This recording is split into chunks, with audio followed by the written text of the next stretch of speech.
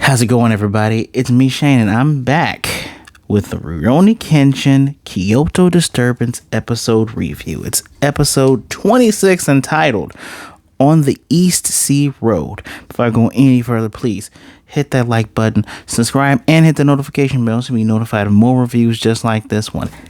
It's been a while. No, I didn't forget about this show. No, I wasn't going to drop it. As a matter of fact, if you're coming from Instagram, you probably are like, man, I really didn't notice you were doing this. Yeah, no, it's been a while. It's been a time. Trust me, it's hard to review like 5 shows during one season, especially if they're coming on one after another. Ain't it crazy? You're like One Piece, Bleach, and I want to say Rurouni Kenshin all come out on Saturday, but then you have Dragon Ball on Friday, you have Don to Don, and I think Ranma 1/2 on Thursdays.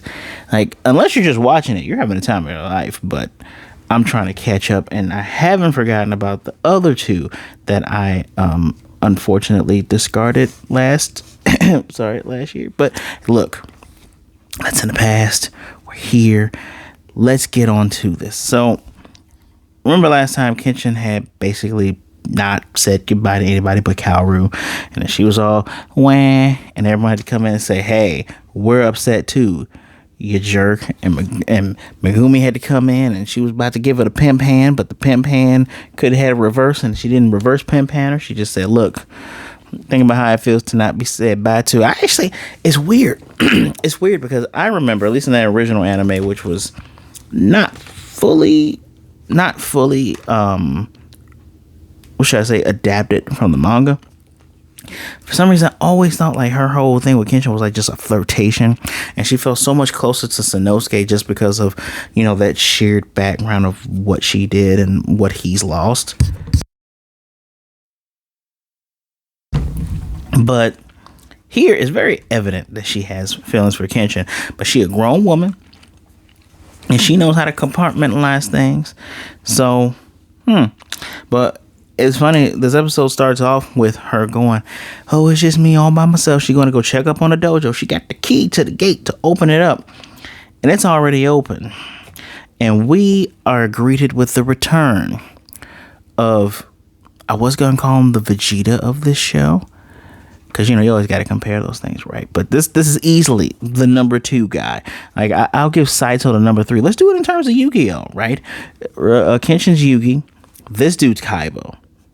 Nobody's Joey. But this dude, well, Sanosuke is Joey. But this dude is Kaibo. I'm talking about Aoshi Shinomori, the leader of the Oniwaban Shu. He's looking for Kenshin, or Batosai. He tells Megumi, tell me, she's like remembering everything she went through with that group and the opioid thing. And this man just gently put his hands up, and I'm like, is he gonna foot ninja slap her like they did April in the first Turtle movie? No, he just goes, tell me or I'll kill you. It's like, oh shit, he's so cold. He's so cool. But she says, I don't know. Even though she does know. And of course, sliding on in here is Saito Hajime, which, bro, how are you still here? I thought you were going already. I thought you were done with the whole, you're messing with Sanosuke, like, oh, you young bucks don't know what you're doing and you knuck when you buck. But no, he's still here, but he uses his fake name. He uses the name Fujita Goro, his fake cop name, which by the way, I love my phone notes here because I take such detailed phone notes. Guys, the song, I've been only gone for I just had 1 episode, and I already noticed in this next episode the song is updated to have Aoshi in it. I love it when they do stuff like that. So he's in it. Saito tells him everything. Dude leaves, and there's an interesting interaction there because he says, I'll come back when Batosai's back. And it's like, he might not come back. He might die. Nah, he can't die because I'm the only person that can kill him. That Kaiba you got, you're the only person that could lose to me, right? That was so interesting. Cause Hajime Saizo's just like, that's some confidence, or maybe overconfidence. I love the interaction he had with Megumi. You know, she's all like, "Why'd you tell him? He going off to fight some killer man, and now you got another killer man that's probably gonna go after him. Like, he ain't gonna do that, and you were gonna die if I didn't." But not only is Saito thinking, I could use a guy like that, who I like to call Bitch Boy on Shishio's side, is also saying he can use him. And then this is what gets us a nice squabble. Squabble up. We're going to get a nice squabble right here. He goes back to the graves of his friends, and sitting on there, eating and causing a mess, and just generally just defiling the place, are some of Shishio's men, the 4 monks of Abukuma. These dudes got a club, got axes. These dudes are just fodder. Cause when they say, yeah, you should join, we meet, Shishio like maybe once every 6 months, once a year. But he wants you, so let's go, we'll go take you to him. He's like, hold on. I have to. Aoshi says, if you wish to meet someone, come yourself. Tell him I said that. That was so cool when he said that. And what's insane is he has, I don't want to call it a deadpan look, but he has such a death glare. Like, we all seen Kenshin's death glare. This dude has a constant death glare. I like no movement from him, just the movement from the eyes. Animation has gotten so amazing since the 90s. He's just got, like, looking down at the trash, looking up at them, tells him what he has to say, and these fools jump him like fake ass Ninja Turtles, like up, down, left, right. We got no blind spots. Great fight choreography as always, because the dodging was on point. They were literally they couldn't stand against him. He easily murdered these guys, and they said we thought he only used kodaichi, small swords. He looks like he has a long katana, which is technically called an it's a katana. There's also things called a no daichi, which technically is an katana, but different made. But there's also a daichi, which is one of my favorite historical swords, which is huge as hell. It's used to cleave samurais and horses in two. It's like the Zweihander, if you're familiar with Eastern European warfare of medieval times. I digress. I apologize for me nerding out here, but it turns out that this long blade is just actually 2 short blades. And, a lot of people go, and I noticed this from, people like bitch and complain, now the anime don't show blood no more. They don't show anything. Well, it's kind of depending on what time of day that shows in Japan. And the fact that if you want to get this thing mass market appeal with the least amount of editing as possible and censorship as possible, you kind of don't show things. But nah, bro, this is a feudal era thing where death is cheap and you could die tomorrow. We see him slice them up, and they do it in a flash, right? He cuts off dudes' heads, he cuts off arms, he cuts off legs, he cuts them in half, fast as boy. And what I like is they get a shot of the grass, and you see fingers just go flying, and I'm just like, he killed the shit out of them. And of course, Bitch Boy shows up. What is his name? I got his name down. His name is Sojiro Seta Sojiro. I don't like him. You can tell I don't like him. As a matter of fact, when he showed up and killed Mr. Okuboro, I was like, I don't like him. And that's because I watched and read the originals, but we'll get to his punk ass in a minute. And again, they're trying to recruit him, and he's like, I'm not aligning myself with anybody. And the fact is, I wouldn't align myself with anybody that would send someone to test someone's abilities and just use them as fodder. And kid's like, okay, but you're still the same dude that just killed them. He's not amused. He doesn't really care. But the kid is reminding him of, if you remember when we first met Shinomori Aoshi. He's from the Bakamatsu era. He's the youngest leader of the head of the Oniwaban group, Oniwaban Shu. And he was protecting, was it the shogunate?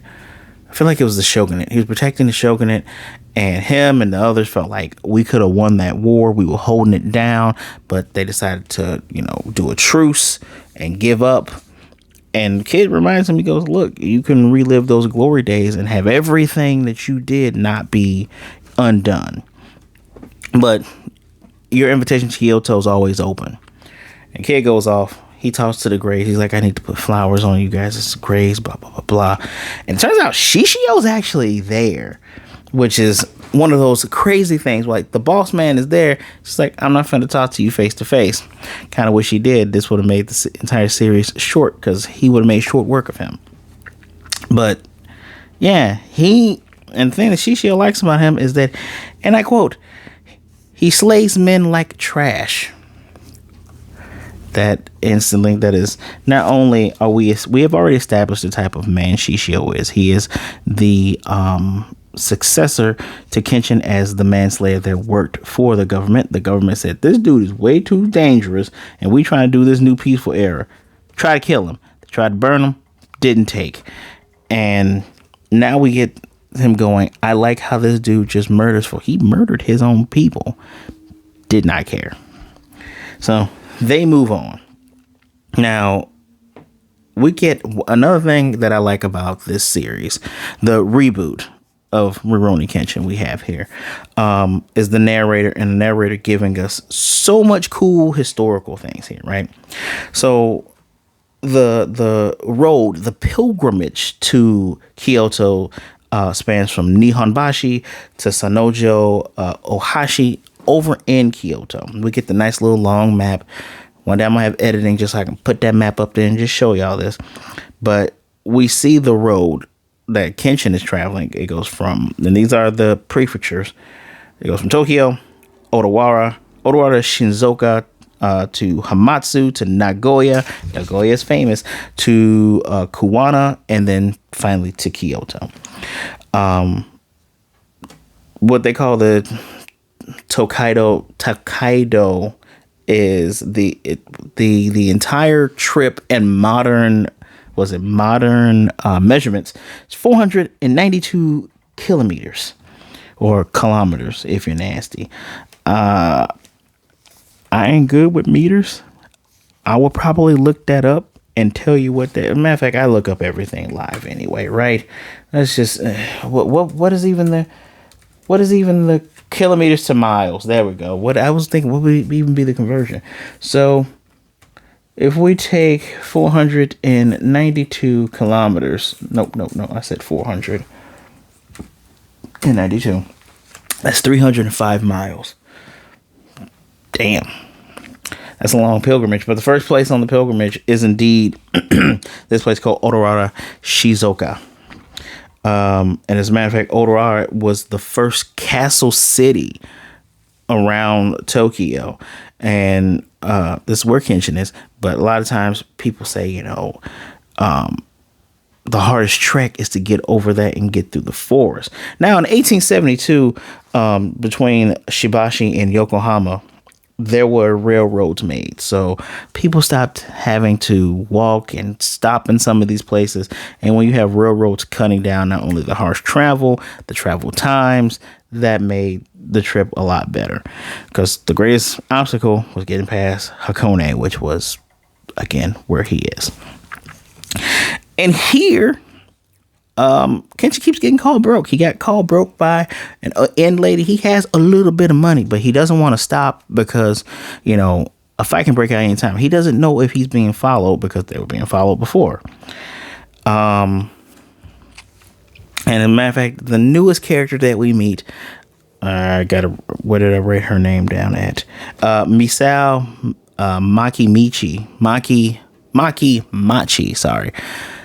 She tries to rob some robbers who had robbed the National Trust there. And Kenshin thought, because he thought he heard a lady speak, so they're going to rob her. No, she was doing a robbing. Easily dodges the strike she did that took down the other thieves. Takes her money. It's like, look, we're going to put this back. Apparently she wants his blade because when she threw kunai, he blocked it with her cloak. A lot of funny scenes here. And what I mean here, I mean at least I've watched this episode, the next two episodes. her interactions with him provide some good comic relief, but they also provide some really good, I guess, I don't want to say soul searching for him, but moments to make him go, ah, that makes sense. And so she also calls him broke, but he gives her the rest of his money. Like, use that. Even if you don't have money, do not rob people, even bad people. That's not good. And her whole deal is she's trying to get back to Kyoto, and she went to Tokyo looking for somebody. I'm gonna go ahead and just spoil this right now. She's looking for Aoshi Shinomori. She's looking for the Oniwaban shoe. She don't know that those dudes are dead except for Aoshi. She don't know they dead. As a matter of fact, when we get to the end of this episode and she says, she keeps mentioning a group of like the ninja people and all that. She even mentions Hanya. She mentions all their names. None of them are really memorable except for Hanya. And Shinomori, obviously. But I love how when she mentions these people, Kenshin kind of has a look like, you protected a castle town. And I already knew who she was because I'm a fan of the series, big fan of the series. But Kenshin, I like how Kenshin's just like, that sounds familiar. And then when she fully says it, he says Aoshi's full name. And she's like, oh, you know him. But before we got to that part, before she got to trust him, because now she just thinks he's just some scrawny dude who's able to somehow jump on top of roofs. And even he's looking like, she's a ninja. She looks like she's a Konoichi. She's a ninja. Tries to tell her to leave. And it's so funny because she lured these guys by changing her voice to sound like an older woman. And very interesting enough, they're like, oh, it's just a kid. Hell no. Getting out of here. We got fooled because she had a sexy voice, blah, blah, blah. And she's like, well, I'm 16. If you know anything about Japan in those days, in that era where, again, death is cheap. That's all. We're going to leave it at that. But I do, kind of funny knowing what the creator of the manga was kind of got in trouble for them to say that. I digress. Kenshin has said, yeah, by the way, those dudes probably are in with Yakuza, so you should leave. And she's one of those head forward, tunnel vision characters, because he tells her, you take the money I gave you, write a letter to the old man that's been taking care of you, and tell him to come and get you. But you should probably tell him to come meet you more than halfway, because these dudes are going to jump you. And then they get surrounded on the bridge. And it's quick work for Kenshin. It's not really a fight. He just draws the blade once. And I'm sorry, I got to scroll for the speech here. So he says, when she's like, well, there's 30 dudes here, so you take that half, I take that. He's like, he tells everyone that they're wrong for stealing. And he says, I'm going to pardon all you on both sides, since all they are guilty, that I will. And I love that anime trope. Once the blade gets closed, everything gets destroyed. He easily just jumps above it, gets her out of the water, tells them all, forget about this trash. And this is when she springs on him. Oh, this is the person I've been looking for. Now, the next episode that I'm going to review is called The Abandoned Village.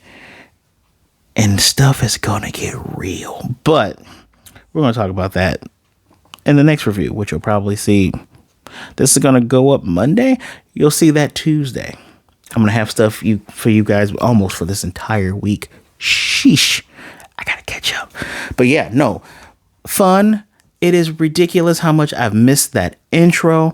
It is ridiculous how much I've actually missed this series, because I'm sitting here watching it, and just like I didn't realize how fast this review is gone, that episode went just as fast. Very fun, very good. Please watch it.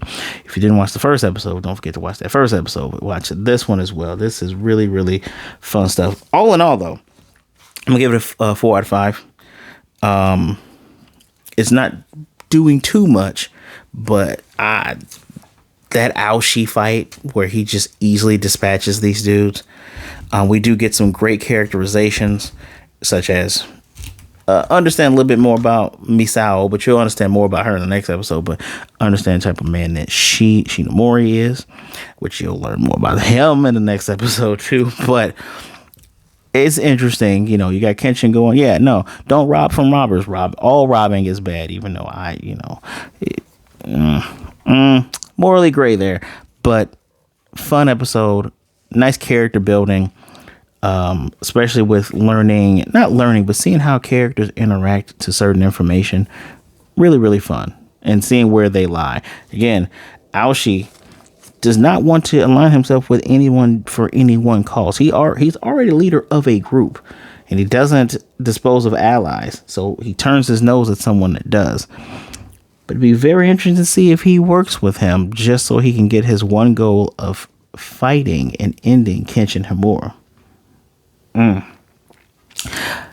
But more on that later. 4 out of 5 from me. Let me know what you thought of the episode if you've seen it already in the comment section down below. Please don't forget to hit that like button. And if you don't like the video, tell me why. Just leave a comment. Tell me why. Can't really get upset for constructive criticism, right? Also, subscribe and hit the notification bell to be notified of more reviews like this. And my Patreon link is in the description below. Whatever you donate, I will be happy with. Hope you guys had a good weekend. Please be good, be blessed. Wash your hands. Be good to yourself. Be good to others. Either way it goes, don't be a jerk. All right. Stay safe. I know the holidays get rough. Realize that you're not alone. There are people out there that would rather talk to you today than to miss you and mourn you tomorrow. So please reach out to someone. My social media is in the description below. Give me a follow. Send me a message. Say hi. Tell me what review you're coming in from too. Just, if you're having a good time, if you had a good weekend, tell me you had a good weekend. Hope you had a good weekend. Until next time, guys, I'll see you later. Oral.